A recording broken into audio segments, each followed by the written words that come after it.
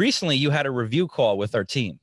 Right. And the best way to I'll open this up is I'm gonna quote something, okay? From I think it was from you, Joseph. I wasn't on the review call, but the quote is, "I'm very happy with how everything is going. You guys are making me very wealthy." Yes, you guys are. Did you say that? Yes. Yes, you guys All are. right. There are just too many commercial loan brokers that don't have a damn clue of what they're doing. All we're trying to do here is better the industry for everybody. At the end of the day, you can make great money in this industry, but in the end, it's all about helping people.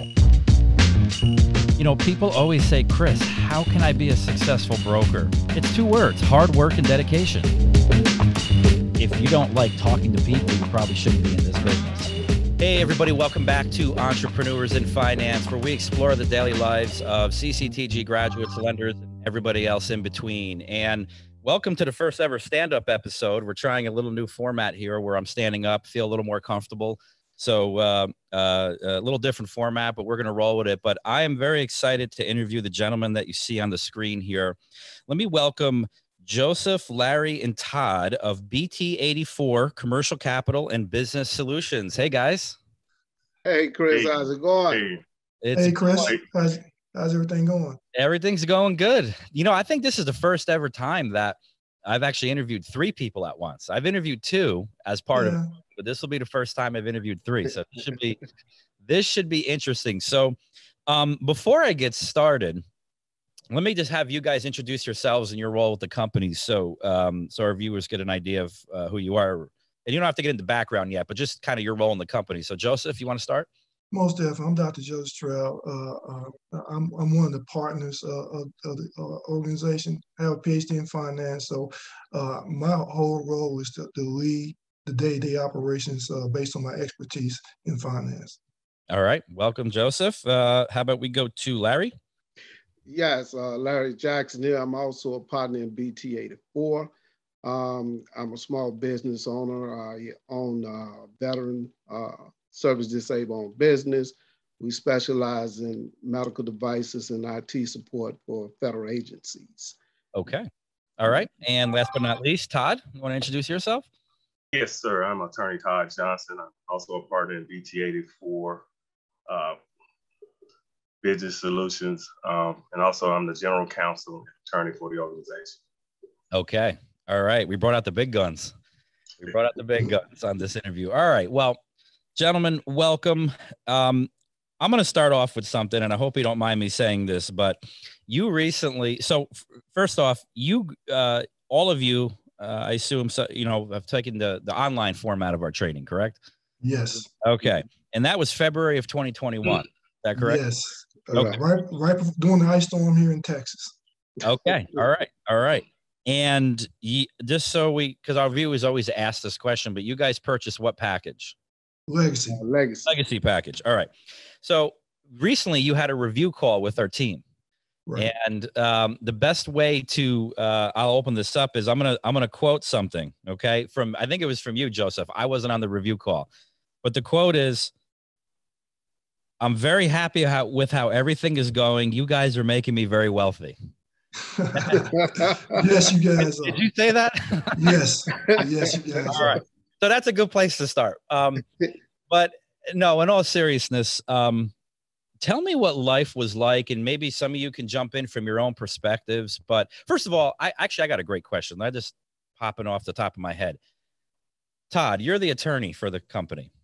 So obviously, I think I assume Joseph or Larry had found us. So when they brought this, I assume they brought this opportunity for you to do your due diligence, saying, where the hell are you sending $100,000 to? What was your initial reaction? I'm going to put you on the spot, Todd, since you're an attorney.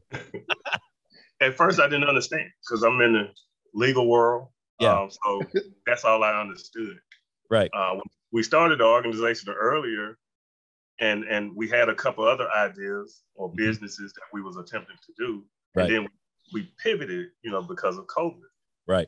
And when Dr. Stroud, which is my best friend since I ain't gonna say high school, since we was born. Okay. Yes, once we were born.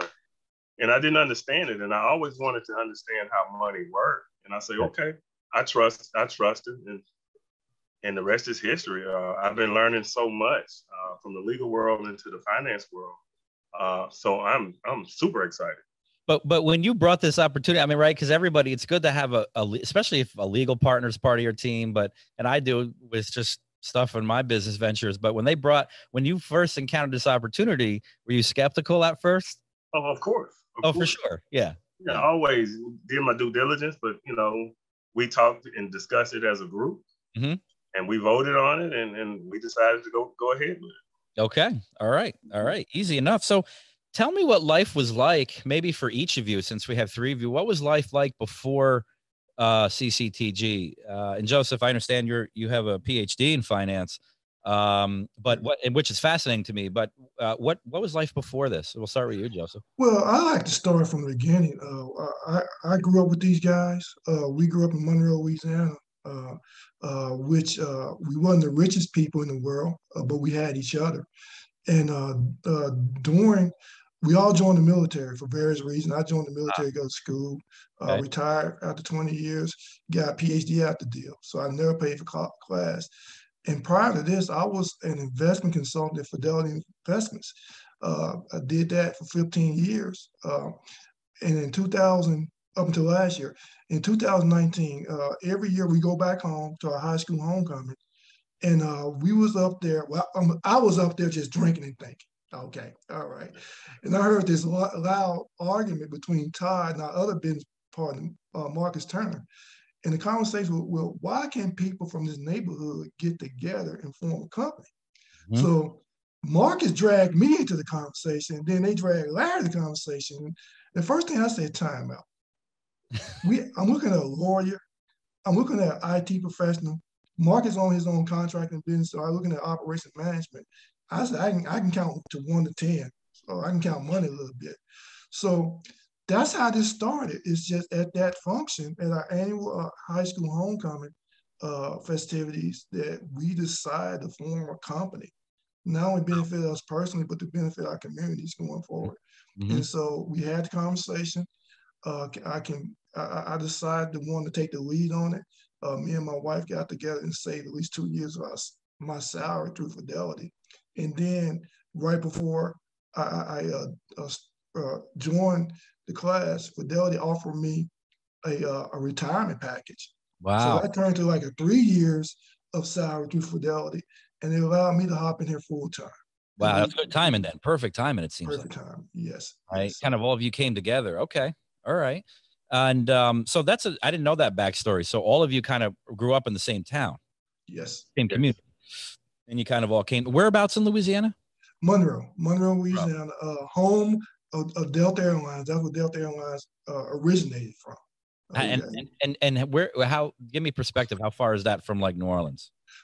Ooh, TJ, that's about 4 hours. 4.5 hours. Got it. Yeah, the only time I've ever experienced Louisiana is New Orleans, so that's the only context I have with regards to the state. Wonderful state. I always enjoy myself when I go down there. Okay, so you guys. So how long were you looking at us before you decided to make the commitment? Like when did you find us, and then when did you actually pull the trigger? How much time frame was in between? Well, as Attorney Johnson mentioned, we was actually trying to combat COVID. We started a COVID cleaning business. We started that first. Then we looked at getting to the CBD business. Okay, we actually looked about to buy a building and start selling CBD products. And then one day, I was just thinking about being an entrepreneur looking at finance, especially venture capitalists. So I just Googled venture capitalist program, and boom. We popped up? You guys popped up. Okay. And then wow. Part of my due diligence, I did read everything about you guys. And see, I was on the board of the National Black MBA Association down here in Dallas, and I used to put on events for entrepreneurs, and I put on this Shark Tank event. I remember that 2 of the guys were venture capitalist people, can get you up to really $20 billion. I remember this one guy who was a commercial finance person can get you up to $500 million. His name is Sheldon Dillis. So I called Sheldon. Sheldon, yes. basically he told me, listen, if you don't sign up with this program, he will discontinue my friendship. You know, he can't let Sheldon. Okay. He would disown me. He wouldn't have nothing else to do with it. Wait, Okay. you found Sheldon. How did you know Sheldon came through the program? He told me because he was on this this panel. And you flat out asked him, how did you get in the business? No, I asked him about this program. I'm looking at it, and he said, "What's the name of it?" Okay. And then I told him that. He said, "Time out." And then he went to the school. So, wow. I'm getting threatened and doing and understand how finance work. Yeah. I got with the guys, and that's all due diligence I need to do. Got with the guys, and we agreed to it. Then I made the phone call, and then we went from there. And you guys went from there. Okay. Yes. All right. And Larry, what were you doing at the time? You were, you know. Well, you know, like you said, I own my own business, service disabled veteran-owned small business. We focalize in IT support federal agency, and we also do vending for all the VA hospitals across the nation. Okay. So I'm dealing with a lot of medical device sales, anything to assist veterans that they can get through the hospital, whether that be mobile wheelchairs or scooters, you know, manual chairs, hospital beds, the gamut, you know. So I focus a lot on that. And then, like I said, on the IT side. So when Joe came with this idea to me, and he was like, Larry, what you think about this? And he sent me a link. You know, I looked it up and I was like, man, yeah, this could be good. And I used to, prior to me starting my own business, I worked as a commercial loan officer, where we did, you know, commercial real estate, things of that nature. Okay. And as we looked into this program, it offered much more. It's a more robust program than just being a commercial loan officer, you know. Right. And we started looking at the different aspect of funding businesses and equipment leasing and financing. And I was like, Joe, this is a no-brainer, you know? Yeah. So like he said, we all had a good conversation. Everybody put their input in on it. And it was a consensus, and we moved forward. You pulled the trigger. And pulled the trigger and happy that we did. Well, and what, so tell me, you guys actually, you guys attended the virtual format, because I don't think we were live yet in February. No, we not live, but we weren't in person. Yeah. Tell me about that experience going through class virtual. How was it? You know, what was your experience being that you couldn't be here physically? Well, for me, you know, it was exciting, you know, because the different products, the different people you guys brought in to speak, it only cemented the idea of what we was trying to do. And also it let us know that, you know, through this program, you can develop multiple streams of income if you do it right. Sure. And that was, you know, that was like eye-catching. You know, it's like, you know, we'll kind of be shooting ourselves in the foot if we don't do this, especially that we had the opportunity to, we had the means to go ahead and do it. But just sitting in the class day by day, it was interesting. We had some long hours though, you know, looking at that. So for you and me both, believe me. Right. And we had to keep yourself focused on it to stay interested. So I learned quite a bit more than what I thought I knew, you know, in the program, from financing different types of financing, you know, whether we doing equipment financing, trying to fund a commercial deal of buying a building or development, you know. So with those things there, you know, it kept me focused. And that was, you know, I guess all of you are, you know, brilliant in your own right and careers where you came through. Did you guys walk through? And I'll even ask a question to Joseph, because you're the only one in this format today that has a PhD in finance. I mean, did you walk into this saying like, there's not really much I'm going to learn that I don't already know? Did you kind of have, or you know what I mean? Being that, you know, you have a PhD in finance. Well, here's the thing. I don't care what you have in education. You know, all three of us are very good and educated what we do. You got to learn. Learning is evolutionary. Okay. Sure. Yeah. So basically, I felt comfortable come to the program because I teach an MBA program as adjunct professor at Northwood University. And so I teach this stuff. And to be honest with you, I think I told you after class, you gave me a call. I'm glad I went in class. I didn't take not one note because I understand this stuff. Okay. Right. And so it was very enlightening to me to understand the particulars of each project and each package. So we can definitely take that information, put it into our own personal ecosystem and redefine the way we decide to do to make us wealthy, because it's your fault. You make me pay a lot of taxes, Kris, okay? But that's something that we planned on when we came to the course. So you kind of took the way sometimes I explain it, because we have a lot of people with impressive backgrounds, particularly with education and such. But the way I express it is, it's like when people come through the class, a lot of times they'll tell me, I knew the theory on kind of how these things, but this is kind of how the real world works. This was kind of like that last piece of the puzzle of how things get done, in various structures. That's true. That's true. And you guys does a great job with everything. And there was nothing misinformation about your program or the techniques you use and the products that's being offered. So I can definitely validate that to anybody. No, I appreciate that. So tell me, so now let's talk about after class. Did you guys tell me about that first grouping when you guys got together and did that huddle and you're like, Jesus Christ, now what? I mean, after all that whole week and all that informational, tell me about that meeting. Well, what we actually did, we sat down and came up with how we want to approach it after the class, and see, I know one of the things you teaching is definitely good for a lot of people. Just pick one or two areas in the financing world and focus on that. Right. But the way we're wired is, I especially working in Fidelity Investments. So Fidelity does not offer stocks and bonds, but they offer CDs, managed products and things of that nature. Sure. And I felt with our business acumen, we can actually eventually structure this to actually take on any call that's necessary to build our pipeline to close the business that we're looking at closing. And also we came up with a way we was going to hire people over time to cover the country. And also we got connection in the military where we actually hired somebody in Japan to do some recruiting for out there. Really? And that led to our first deal, our first conversation of a deal that opened up to just really test everything we thought we can do going forward. And so that's where it started. But as time went on, we actually look at some of the pros and cons of what we learned through our business strategy, and we adjusted accordingly to cover any capital need that's going forward. So, and that's where I mentioned you guys are making us wealthy. Tell me about the first 6 to 12 months. I mean, obviously there's some learning curves, and as you know, we even profess, look, it's not going to be easy.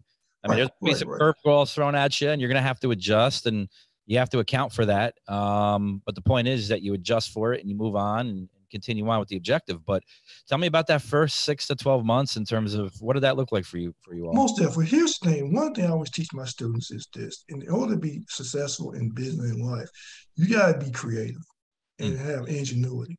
And one of the things we always want to focus on is the reason why we can't get people lending. And the reason why is either A, they didn't have the upfront skin in the game money, which can range from 10 to 35%. Sure. Or B, they'll call in with an ask that we cannot do through the program. Prime example, our first deal opportunity was a $200 million letter of credit through a guy by the name of Bob Sapp. Look him up. I was in Japan 10 and a half years. Bob Sapp was the biggest K1 fighter in Japan. Now, K1 is similar to UFC. Bob Sapp was like the Conor McGregor of UFC. Yep. We met him through our contact in Japan, since we was thinking global. Was in a Zoom call with him and almost fell out, really. Couldn't believe I was talking to him.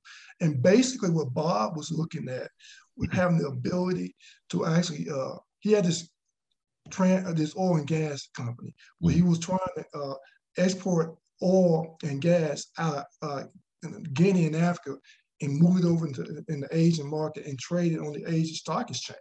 Okay. He needed a letter of credit. We couldn't get it to him. Talked to Mac. Mac reached out to some of his contacts. Talked to Lucas Bull, who reached out to his contact, and we couldn't get it. Okay. And so what we decided to do is, okay, if we cannot get it through an excellent program like CCTG, we got to be able to pivot and be able to build these relationships with these VC firms, not private equity firms, at the same time to raise the capital that we cannot do with the program. At the same time, with the same issue, I had a guy who called in. He needed to issue stock for some mineral rights in Oklahoma, and he needed to go through an investment bank.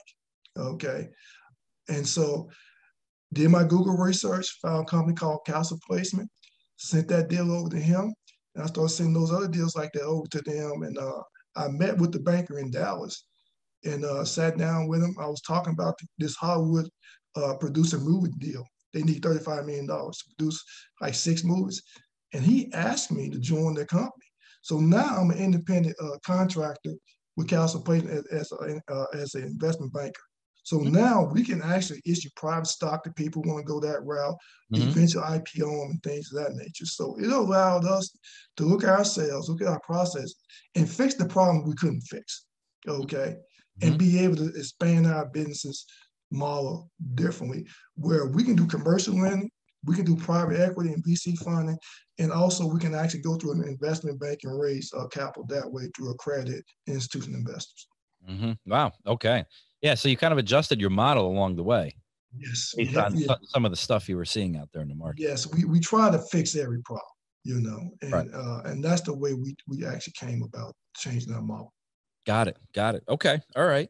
Well, I mean, some of the things that at least I have in my notes here, I mean, and you kind of, I think you touched on a little bit, but I'd like a little more information. I mean, you got a $5 billion capital raise for a company, a $35 million capital raise for an artificial intelligence company, and a $5 million raise for a digital music and recording label. So tell me about those 3. I mean, that's enough to chew on for a bit. Almost definitely. Basically, when we first got together, here was my vision. You know, based on our expertise and things of that nature, I see us sitting on corporate boards and eventually getting a piece of equity in the company, especially a startup company, and eventually receiving dividends from a stock acquisition. That's how I saw us. Because think about it. Every company needs a CFO, legal counsel, they need IT professionals, they need operational management. Okay, so when we started venturing out with our business model, the first opportunity we ran into is a company called Music Merchants. It's a digital record label, and basically they focus on independent artists, because all these guys in the music industry, either as an artist, a producer, or a songwriter, and they all got screwed. Okay, to the music industry, the employees pays for everything. Okay, the employees don't pay for nothing. All right. So they built this platform where on the music side, you can take these artists, bring them to the ecosystem, assign them an A&R, assign them a producer, get songwriting from various resources, and do all the marketing for them, and then take from there and go to the distribution side of the record label and distribute their music through Apple, Spotify, and Amazon, collect their royalties and publish. Okay, so it was a $5 million raise. Me and TJ sit on the board as the CFO and the general counsel. We get paid a salary of $10,000 a month. We own 10% of the company. That company particularly has an exit strategy. They want to sell the company in 18 months, because that's the trend in the digital distribution world, in the music industry. Based on that, we're estimating the company to be sold about from $1 billion to $3 billion. So BT84 is going to collect anywhere from $100 million to $300 million from that sale. Plus, we're going to have the option to buy it ourselves and take control of the company, eventually IPO it, and be able to have it as public offering. That's exciting, gentlemen. Yeah, yes. and the piggyback on that, we did raise the capital for that one. That was the business solution side of BT84. Okay. When we met with them, they didn't have a lawyer, they didn't have a CFO. And so we helped them build a team. Oh man. Yeah, well, you kind of took your whole team and kind of implemented each of your expertise. That's from what it sounds, right? Most definitely, because on the VC world, it's totally different on the commercial world. See, commercial world, they're going to actually do the due diligence and vet you and look at your credit and everything else. 100%. Yes, in the VC world, they're going to look at your project, the product you raising capital for, and on your team. So the way these guys were approaching this, there was only 3 of them. Okay. Right. Once we built the team, with the 3 of them, I told them, you probably have to call for 51% income. Once we built the team, we actually negotiated. We planned to give up to 30% of the company to a VC if we need to. During negotiation, we offered 15%. She came back with 25%. Boom, we met our goal. So now we're in line to execute the strategy with those guys going forward. And eventually, like I said, that's that wealthy thing. You know, we talked about what you guys are doing for us. We were able to pivot and make that happen. Congratulations! Wow, that's got to be. I mean, that's got to be just. I mean, exciting from where you guys were in February. I mean, you still were successful each of your own rights, but you know, damn, that's good. Yeah, same thing with the artificial intelligence company. We own 10% of that company. Going to do the same thing. And with the $5 billion capital raise, what we're going to do with that guy? He's not going to call for any equity. He's very particular about that. This guy is a person from India who owns a company that provides electric public transportation to every major city in India. I mean, you're talking about buses, trains, taxis. That's the $5 billion transaction? That's the $5 billion offer. Right. He wants to replicate that same business model in the United States and do the same thing in the United States. Now, we're going to sit on his board, okay? And we normally charge 5% for capital raise. We negotiate down to 3% for him, okay? So we potentially going to have a pretty similar $150 million coming our way once we execute the strategy. You know, I don't know if you guys know, I'm throwing a quick plug in here only because it's in conversation, but Prime, our own company, Prime, we're starting to do, we got into the very large deal space as a direct lender. So we do 50 million to, we're working on a deal in Dubai right now, 2.3 billion. We have a very unique structure of how we do things. So remind me to talk to you offline about that. We definitely would love that conversation. And we're looking for other partners. So because it's very, very unique compared to other players in that market of how we structure things. I think you guys would be jazzed up as you've ever been once you hear about how our product works. And we definitely need to have a conversation. Because one thing, we moving too fast. The problem we having right now is, TJ mentioned, we need other VCs to partner with. And also, we're looking at other executives, you know. We're going to go to our network. There's a ton of people on the faculty at Northwood University can come in and sit on these boards for us. I got a lot of lawyer friends as well. And Larry got a lot of IT friends, because these people need chief information officers. Well, so, I'm just, TJ, to your point, I mean, last I checked, they don't teach finance in law school. Not at all. So the problem is you guys have a golden egg network of people, right? But, and I always, you heard me in class, Joseph and Larry, I always say, everybody thinks attorneys know about finances because you're an attorney, right? But the truth of the matter is, they don't teach finance in law school. So, it's so this must be an enlightening experience, just kind of learning how all these things are put together. Yes, it is. And I did not take the class. So let me say that part. I was going to take the class, but I think I had a trial schedule, so I couldn't make those dates. Okay. But since then, I've been a sponge. I've been trying to learn videos, understand the online videos. Yeah. Everything I can learn. And my good friend Joe, with the PhD, I'm just soaking it up. I love it. Good.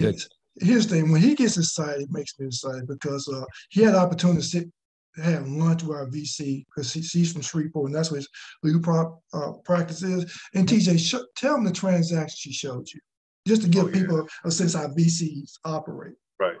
Yeah. We were just sitting talking. She showed me one transaction she did for $35 million. I was excited. And I thought, that was a big number. Yeah. Then she say, wait a minute, let me show you another one. It was for 45 trillion. I couldn't even count all the zeros. It was so, so my head was blown. It was blown. So sure. Yeah. After then, my life is like, I need to learn finance, right. along with my legal experience. Mm-hmm. Yeah. It's, I always say, if you look at the world, this is how our world is set up. I mean, money makes the world go around. Yes. End of the day, you're in a field of something that everybody needs. Everybody needs. It's not, it doesn't matter what profession you're in. Everybody needs it. But also with you guys program, I'm talking about how you guys making us wealthy. With the artificial intelligence company, that group created this robot that can sanitize any building for COVID-19, where it's a restaurant, hotel, NBA arena, NFL stadium. It's able to do that. Mm-hmm. Now, for those guys, we're going to build 4 facilities, okay? And we're going to do marketing. Well, and I think the 4 facilities going to cost about $25 million, okay? Which we're going to have the VC finance for us. But as you alluded to, we can take that $25 million and get with our strategic partner with CCTG and raise that capital that way. Sure. All right. Also, we need marketing. We have to get with Joe and Alex. You could do the marketing for them. Yeah, because that's included in your package. Yes. Right. So absolutely. That's what I'm saying. When we say, Kris, you making us wealthy and I have to pay a lot of tax, it's your fault, Kris. I'm telling you right now. I'm going to tell you that to the day I die. It's all I will happily take that title to make you guys pay more taxes. That's a compliment. You make my CPA firm happy, Kris. That's all. That's all I want to say. Tell me about the name BT84. How'd you come up with that? Well, we grew up in BT stands for Booker T. That's the community we grew up in. Okay. And, 84 is the year we graduated, 1984. Okay. Okay. And the reason why we came up with that name, because one of the things, we of course want to do this for our families. We want to make sure we have enough assets for our grandkids. Legacy money. Right. But we want to give back to our community because we all grew up there. And like I said, we weren't the richest people in the world. In fact, I ain't know we was poor till I joined the military. I'm like, so I thought everybody ate bologna sandwiches and mayonnaise sandwiches, especially up there in Albany, New York. But that's not the case. All right. Hey, I was the tuna fish, and not even the good tuna fish. Right. The kind of the bootleg tuna fish. That's what I went to school with. And no one wanted to trade with me. I would try to trade my lunch for those Doritos, and no. I didn't have that fortune, but yeah. Right. And so what we're going to do for our community, we're going to actually open up a STEM program for the kids there. So, they need to get in this technology and everything else and science and math and be able to advance their careers also. Because it's amazing. I know we all scratch our heads there. This is where we grew up at. And look at us. We look at a PhD in finance, a lawyer, a person that owns his own IT company. And we all grew up in this neighborhood. And you guys all made it out. I mean, you guys all figured it out. At some way, shape, or form, you figured it out. I get it. Yeah, and my background, I wasn't growing up privileged. Yeah, I know your background. We didn't go to the NFL or the NBA or Major League Baseball. But isn't it, I ask all 3 of you, isn't it such a great feeling, right? When you made it out and you did something with yourself. But now, to me, the best feeling in the world, doesn't matter how much money you make, to have that chance to give back, but not just give back and write a check, but to make a difference, like to actually make a difference, particularly in the community that you grew up in. I mean, that is to me, it's a great feeling. It's awesome. Yeah, it is. It's awesome. To make an impact on others is such a satisfying feeling. Knowing the odds that they're facing, and if we can just reach one, is well worth it. People always say, do I have a business mentor? And it was Andrew Carnegie. I've studied Andrew Carnegie like you wouldn't believe. And he's one of the only, out of all the titans back in the Industrial Revolution, Andrew Carnegie was the only one that was self-made. He truly came from poverty and accumulated the most wealth. But one of his famous sayings, he goes, when you die, no one's going to remember how much stuff you had or how much money, but they will remember the difference you made with other people. And that's like a lasting legacy, that's his philosophy. He made all this money and he donated it all back 100%. When he got to a point in his life, that's why you see all these Carnegie Hall, he gave back to libraries, all these Carnegie libraries came from him. So, but anyway, I echo that that sentiment. It's a great business practice, I think. Tell me about some pitfalls in the first 12 months. I mean, tell me about some things that you guys have encountered. Because listen, and I'll tell you this, not only do new people watch this, but CCTG grads that are out there, they get enjoyment out of these. So I always like to say, you know, we could talk about the billions and millions and all this money and wealthy, but what are some of the pitfalls you guys have encountered, and how did you pivot and move around them after you left training in terms of the business itself? Anything? Well, yeah, some of the pitfalls was not being able to close some deals. I mentioned the $200,000 deal. Yeah. I would say the first 6 deals we had was huge, and we couldn't close them. One of the ones that really disappointed me had a guy who actually needed $2 billion. He was going to solve this supply chain issue with these medical gloves and gowns. Okay. Mm-hmm. The guy was building a facility. He's going to build 3 facilities. One's going to be in San Antonio, Texas. Another one was going to be in Charlotte, North Carolina. Mm-hmm. And he was looking at an area in the Midwest. And we was doing business in Detroit. We were trying to get that facility in Detroit. This facility is going to actually create all these nitrile gloves, all these gowns. So you don't have to get this stuff from China, be sitting there in the ocean. Yeah, already. We thought it was a slam dunk. So call Cambridge Wilkinson, ready to talk to Tom. Tom got this great deal for you, man. Hey, all fired up for you. You know, we are all counting what percentage we got to get out of the deal and stuff like that. You guys are already looking at stuff to buy, and you haven't. Yes. You haven't even hatched yet. Yeah. You know what Tom told me? He said, Joe, sorry, we can't do this deal. I'm like, why? He said, because of the supply chain issue. And I didn't understand it until after I hung up 3 hours later. Mm-hmm. We had a $2 million purchase order agreement here in Dallas. And Chuck Brazier called me. He said, Dr. Stroud, we have to cancel this order. I said, why? Because the person is getting sued. Basically, it was like in May, maybe in April, May timeframe. Basically, the person had all these supply chain orders. He failed to deliver on one of the orders that he had set up in February, because his order was stuck in the ocean somewhere. Yeah, because the cargo ships couldn't come. They were. Yes. Yeah, I remember that. Yeah. And so we lost on a $2 million deal because of supply, and then it hit home.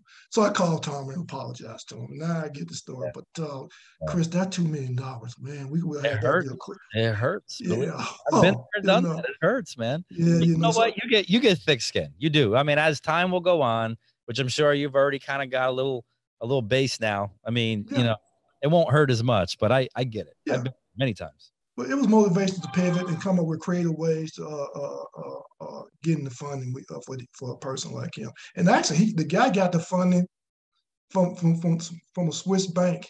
Okay. And that's one thing we learned. You need those relationships outside the country, because there's a lot. That's why a lot of these big deals get funded. Dubai and Switzerland and things of that nature. So it's just learning, building those relationships, so we can start getting access to capital for people in other ways going forward. We will you got to call us at Prime, because we're doing a lot of international big projects. So. Oh, okay, great. In fact, we just funded actually it's a great story down in Atlanta. I don't know if you guys saw, we put out a video on it, but it's actually it's going to be one of the largest deals out of Atlanta that were the sponsor is actually African-American. Yes. And it's his first, we took we great developer. He did smaller deals, 20, 30 million here, but it's to be his first largest deal. And it's to be the first only 5-star hotel in Atlanta, which Kris, there's no 5-star hotels in Atlanta. Well, Kris, I'm a fan of yours. When you hop on LinkedIn, I say, what the hell Kris doing on LinkedIn? Okay. Because I never post on LinkedIn. You never post on LinkedIn. And you made that announcement. I said, oh, what have mercy. I knew it was something. You know? Yeah, I know. You and about 40 other people go, what the hell? I go, I thought you were dead. There's no activity you have on LinkedIn at all. None. You know, that's worthy of posting. That's worthy. Yeah. So I said, okay, Kris had to make an announcement. So congratulations, my friend. No, thank you. Yeah, it's a great developer. I became friends with him too, and he has a wonderful concept. So, All right. So here's this point in time where we get a little personal, and I you know, it gets our viewers, it gives a little introspect on each of your lives, but I'll throw out some quirky questions to you. And so here we go. So, and each of you, I guess if you want to answer this, but if you guys never found CCTG, we didn't exist, right? What, and let's say you could choose any dream job, like you didn't have to go training, you didn't have to go to school, but you could just place yourself one day in to do anything. What would it be? I'll start with you. Let's start with Todd, TJ. What would you do if you could just transplant and just your dream occupation? Believe it or not, to do what I'm doing right now. Really? Okay. To be in business with my high school friends. Wow. That I've been doing for most of my life. And I didn't know about the money part until now. Mm-hmm. But learning this money game, being a VC, and able to be like a Damon John or Mark Cuban, you know, to fund nothing but tech companies, you know, that would be my dream job. And, fair enough. It's almost, and it's coming true. It's coming true. All right. Well, it's a dream coming true. Larry, how about you? Kind of the same thing. I know, I don't think I would be working for someone. I would definitely be an entrepreneur. And it probably would be focusing more something to do with the environment that I've been involved in. Mm-hmm. And outside of that, I know I wouldn't be working at nobody's job. You know, it's, you know, for me to go work for somebody now, I have to go to prison first. You know, it's just not gonna happen. Right. Okay. So you share the same sentiment? Yes. Mm-hmm. Dr. Stroud, how about you? I would be actually a sports analyst, either NBA or NFL analyst, because I love sports. I would definitely explain and kill the debate who's the GOAT in basketball. It's by far Michael Jordan. Oh, 100%. Without a doubt. And, you know, and to me, the problem is these young cats don't get it. They don't get it. Yeah. You know, we had a debate about Tom Brady's greatness. You know, I give it credit. He's blessed to have a great coach, number one. Always had a pretty good defense. And what Tampa Bay did is when they went on that losing streak before the bye, the only thing they did was came back out and instituted the New England Patriots offense. That's the only thing they did. Got rid of that Jameis Winston offense, implement the new. He took off. You know, people don't understand. I've gotten this debate with some of the younger folks around here that work for me, and they're talking about all the, you know, LeBron, all these people. And I'm like, you don't understand. There is a magic when you turn on a Bulls game. There is excitement, whether you were a Bulls fan or not. There is this magic just about watching him play because you knew it was going to be something special. I don't know. I don't get that with anybody. And maybe I'm old school, but they don't get it when Jordan in his heyday, it was magical. Let me pull my sports analyst hat and help you out. All right, go ahead. The difference between Jordan, Wayne Gretzky, and Babe Ruth, they were the number two person there, and there was a huge gap between those guys and the second best player in that league. For sure. By far. Yeah. There was never a huge gap with LeBron and anybody in the NBA. Right. And because those three were so dynamic. And the most dynamic to me was Wayne Gretzky. I'm not a hockey fan at all, but look at his numbers. I'm a numbers person. Mm-hmm. His records would never be broken, period. Somebody had to play the game for 30 years to break that man's record. Yeah. Because each one of them could have been MVP every year while they was in their prime. But the talent gap in the comp was so big. And that's what you separate iconic players to the really, really great legendary players. Interesting. Okay. All right. Well, that's very insightful. Let me ask you throw out another question to all of you. If you could meet with somebody that is currently alive or has passed on at any point in human history, if you could spend 2 hours with them, you only have 2 hours, who would it be? Go, Joe. Who would it be? Martin Luther King for me. Okay. And the reason why is because growing up in our neighborhood, I always tell people this story. You walk in any living room, we was growing up, there's 3 pictures beyond the living room. Jesus Christ, Eddie Robinson. I know Todd's a Southern University grad. He'll disagree with that. Okay. And Martin Luther King. Okay. That I Have a Dream speech is actually what he predicted what we're doing today as a society. Back in the 60s, an African American individual would not be able to do what we're doing right now. Okay. That's the first thing. Number one, I was blessed to have 4 generations in my family when I was growing up. I had my great-grandparents, my grandmother, my parents, and me and my siblings. My great-grandfather was a pastor. And so and that spiritual side of Martin King always resonated with me.